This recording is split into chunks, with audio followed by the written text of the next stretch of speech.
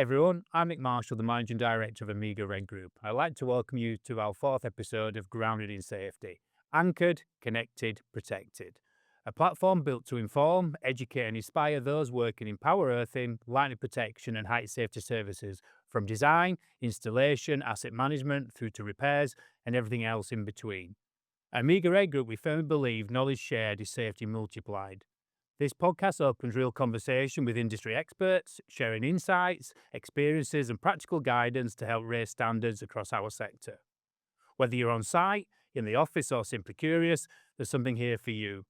Our mission is simple. It's about raising the bar by connecting people, elevating expertise, and championing safety in everything that we do. Falls from height remain the leading cause of workplace fatalities in the UK. Today, we're discussing what that is and what the industry can do differently. Today's conversation isn't about regulations or equipment, it's about people, culture, and prevention. At that point in time, I'd like to introduce our guest, Kelly Nicoll. Hi, Hi, Kelly. How are you? I'm good, thanks. Good. Thank you very much for taking the time to come on to Grounded in Safety. Thanks for having me. One of the things that we like to do as part of the podcast is just to give a little bit of an introduction of our guest, just so you can give a little bit of background about your career in safety and how you kind of got working for the foundation. Sure. My name's Kelly Nicoll. Some of you may recognise the voice, at least, as IOSH president from 2025, which feels like a million miles away already.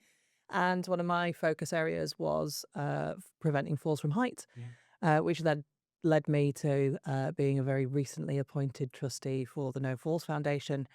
I've been in health and safety for about 17 years now. Literally tripped and fell, Yeah. pun fully intended, and found a career that is incredibly rewarding, is all about people. Well, yeah, I think we talked about it the other day, didn't we, when we were prepping for this? Yeah.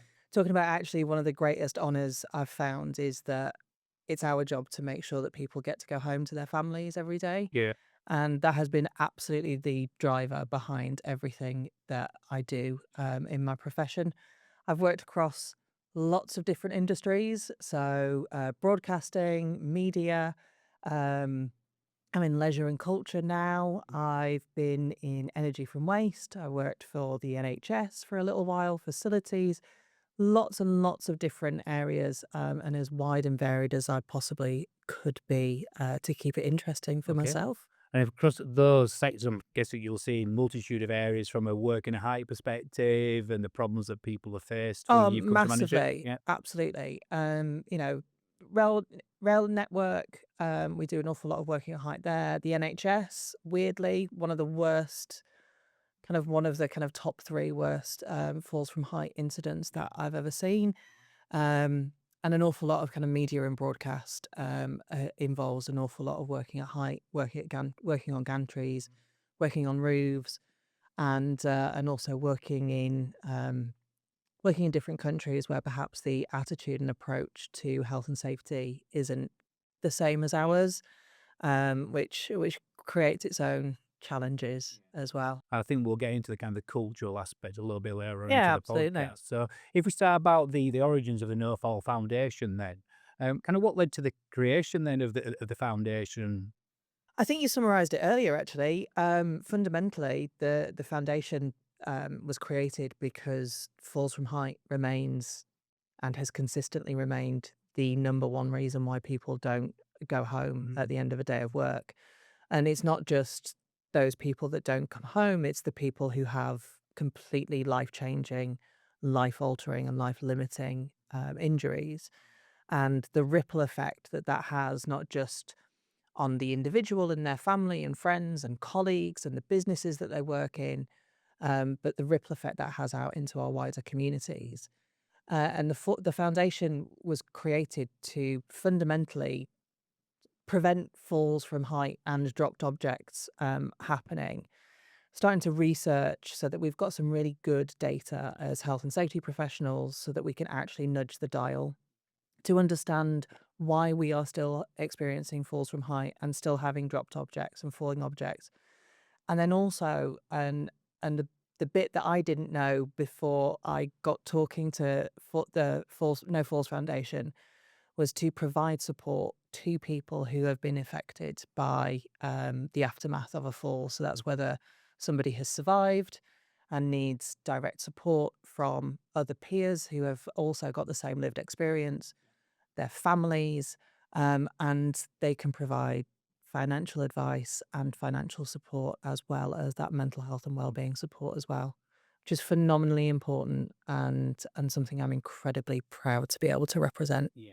Yeah, I think when you listen to the personal stories, I think we'll talk about those a little bit again into the podcast. Is that that's the humdinger for me when people kind of take a reflection back of why they've taken a certain action and applied something where they've navigated a process, and unfortunately then an incident or accident's occurred. It leaves some damning effects, and that's what we're trying to educate people across everything that we do as a business. But obviously the foundation has some real driving factors that sit behind it, don't it? Yeah, it does. I mean, we'll talk about it in a bit more detail later, but and one of the big things for me is the power of storytelling, Yeah. and actually that the importance of we can sit and talk about legislation all day, every day. The legislation hasn't changed in over 25 years now.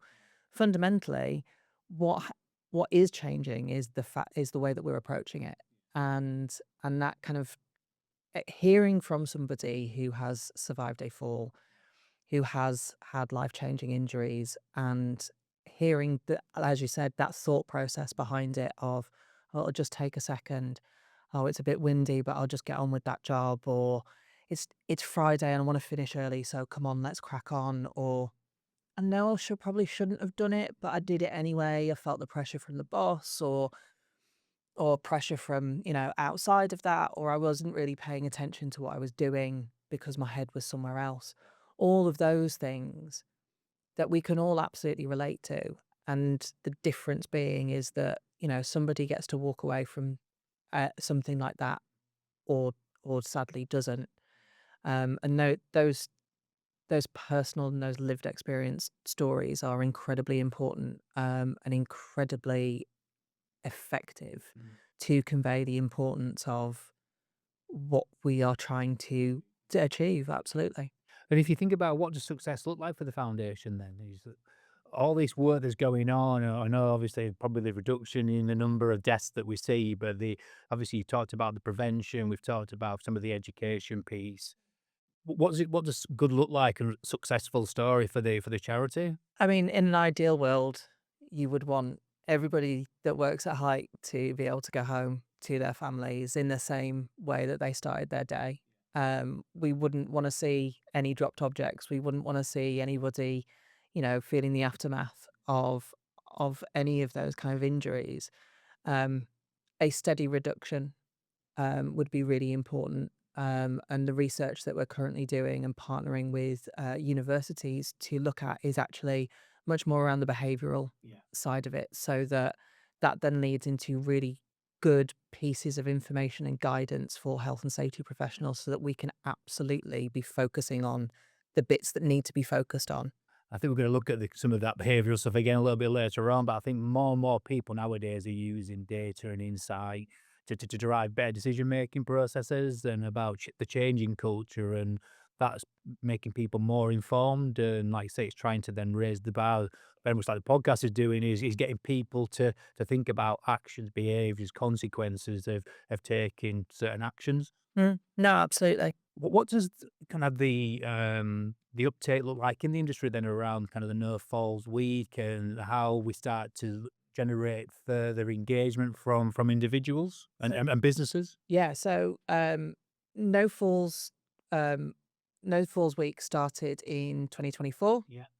They had since then we've had 5,100 organizations sign up. So and just over 1,000 of those have joined us from the beginning and continue to sign up, which is phenomenal. Um, and it's a dedicated week to focus on, let's try and have a week in across the UK where nobody falls. Nobody's seriously injured. Nobody, we don't have any dropped objects either. And if we can do that for 1 week, we can repeat that. Yeah. And if we can repeat that for 2 weeks, we can repeat that for a month. And and it's that idea of, you know, last year's stats, it was 35 people who didn't go home. The year before it was 51. That's one family every single week or every other week getting a knock on the door saying that somebody's not coming home. That's a rugby team being told that somebody is not ever gonna be playing for them again.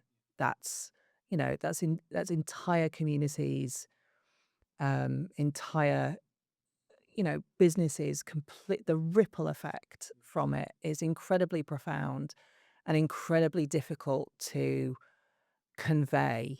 And as somebody who has been a health and safety manager who has investigated a number of these incidents, um, from a selfish perspective, I don't want to do that. I really don't want to do that again. The responsibility and the accountability that you feel is incredibly heavy. Yeah. And that's the whole point of the No Falls Week is the idea of we focus on the biggest reason why people don't come home just for a week and see whether we can nudge that dial Yeah. and then see whether we can repeat that over and over again, I think is a really good area of focus. So I suppose it's come out in the conversation already about why these faults keep happening and about kind of the root cause of it. So if we look at some of those in a little bit more detail, you think about the HSE inspections taking place, investigations. How do you see that playing through?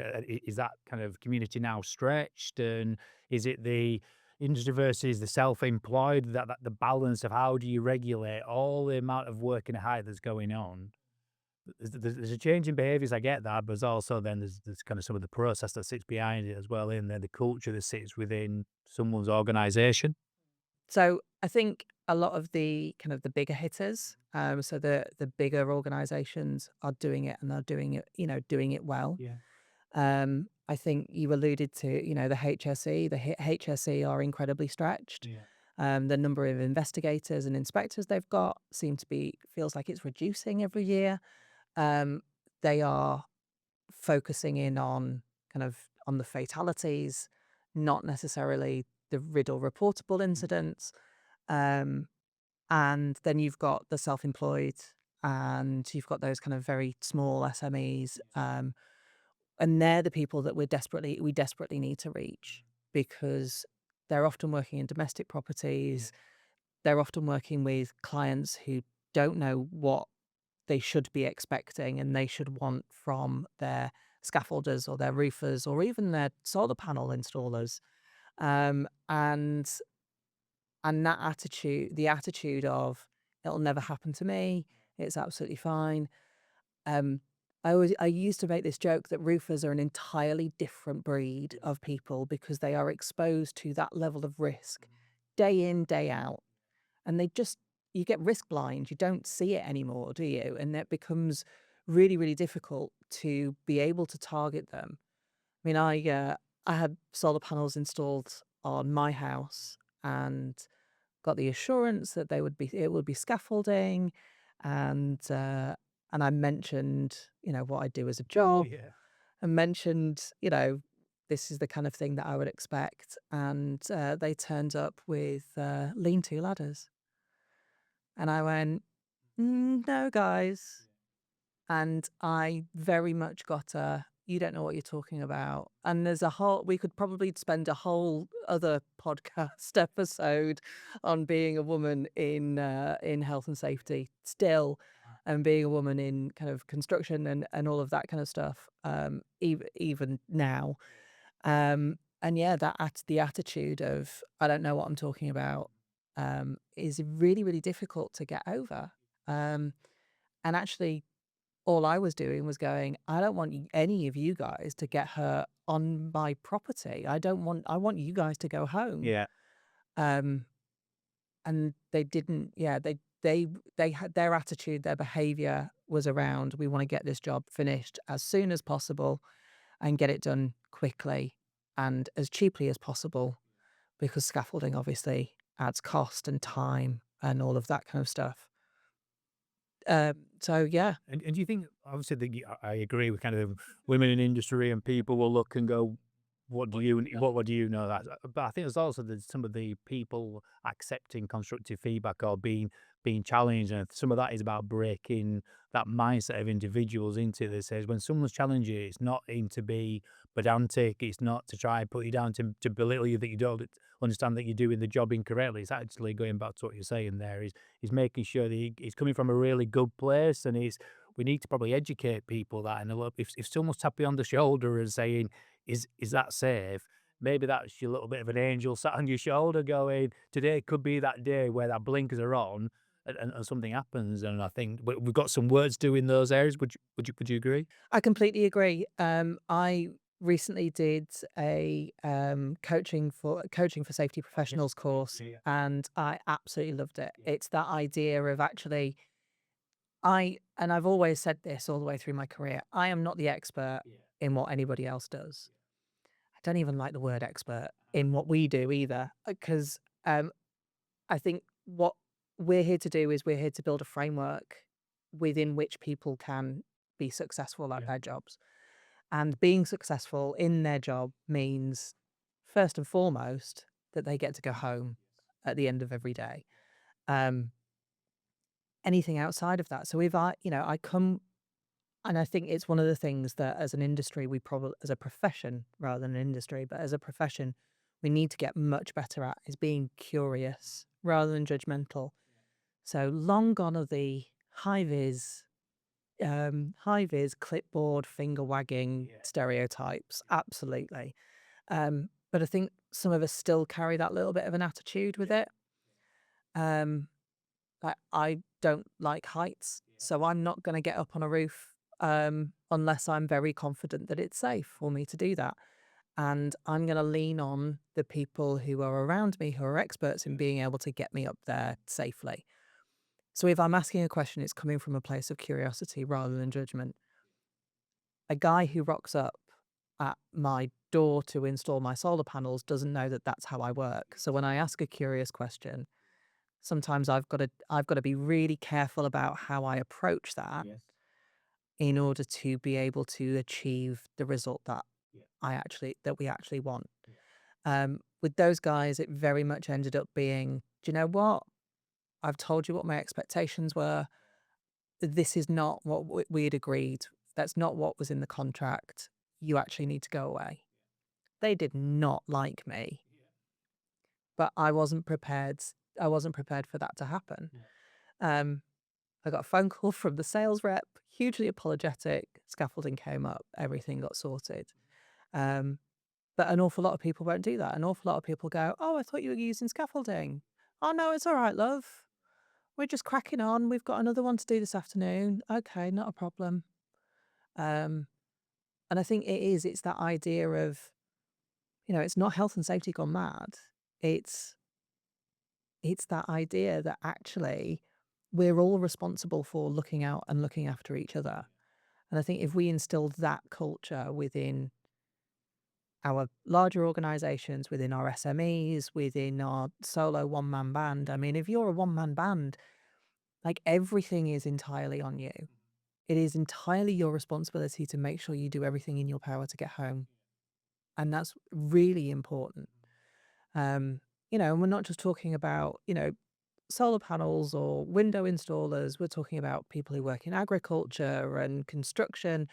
And we know that there are an awful lot of wider issues, peripatetic working, huge amounts of financial pressures, very long hours, long driving hours, all of that kind of stuff that all contribute to the fact that somebody may make a mistake yeah. when they're working at height and be the reason that they don't come home. Yeah.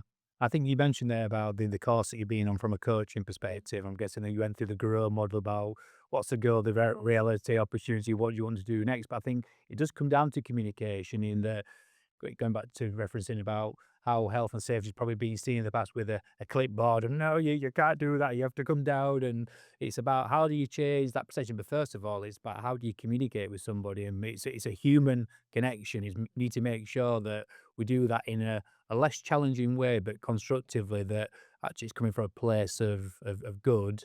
And it's about are you thinking about the ramifications of that critical risk that we're trying to manage and make sure that you go home safely. And I think we struggle sometimes to probably communicate that message, and people put the shackles up there, then they go into defense mode because it feels like now you're having to go at my core values that you're saying that I'm working unsafe, and it's how we break that down. Yeah.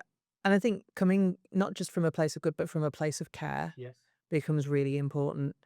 And asking those kind of curious questions of like, well, you know, actually have you got the right equipment? Yeah.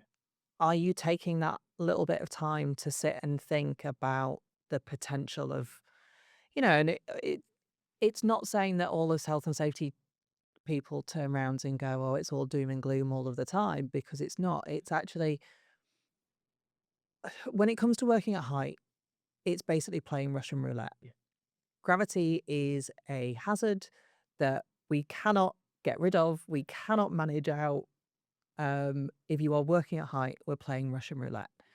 And all we're doing is we're trying to give you as many chambers as possible rather than more bullets. Yeah. Because ultimately, the outcome is if there is a fall, that is always, if you're going back to your good old 5 by 5 risk matrix, Yeah. the severity is always going to be a 5. Your likelihood may change, but that severity is always going to stay a 5 because it has to, because you can have everything in place.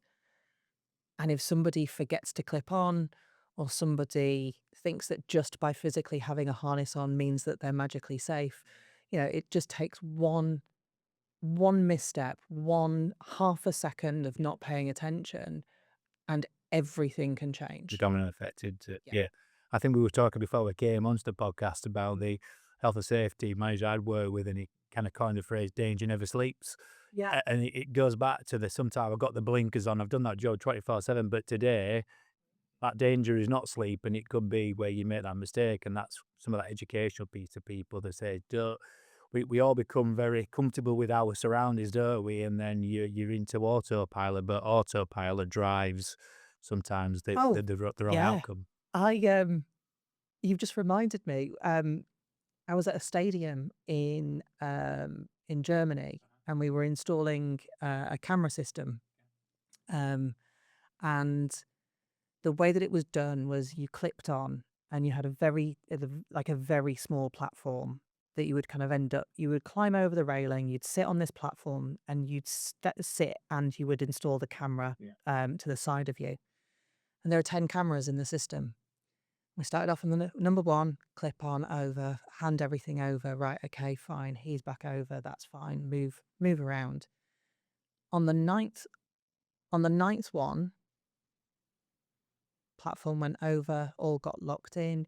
He went over, camera got done. We came back out, and I went to unclip him and realized he hadn't been clipped on Wow. because we'd done it 8 Yeah. times. Yeah. Until we'd got into that, and it was that split second of going, oh no. Like, that could have been the time that he fell. That could have been, and we were very lucky that it wasn't, and that was purely by luck rather than judgment. And it was like, right, okay, we've got one camera left. Okay, right. Now what we're gonna do is we're gonna write into the SOP for this site that you talk through every single step. So it's yeah. And it's the lessons learned, isn't it? So straight away you've gone, I need to go back to it because that is an area which could potentially happen again. So let's make sure then that we put something in place where we're talking through the process. Yeah. Be like the pilot of the check of the planes, isn't it? And then I'm capturing that information, but then somebody signs that off at the end of it and goes, right, I'm comfortable then before we. Before we've actually gone and done it. Yeah, Yeah. yeah. So, yeah, it does, it's that repetition, especially if you're doing the same thing over and over again, it becomes muscle memory, and you're not necessarily fully engaging your brain because as human beings, once we're very used to be doing something, it gets very easy for our brain to go off for a wander somewhere. Or if we are struggling from a mental health perspective, or we've got financial worries, or we're stressing about what is happening in the world. There's a lot happening in the And world there's at the a moment. lot happening in the world. Yeah. Or, you know, my filling my car up cost me double the amount of money that And it that goes did, back to and how, financial yeah, aspect, ain't all it? of those bits. Or my daughter's fallen out with me, or I'm not speaking to my boyfriend, or and all of those things.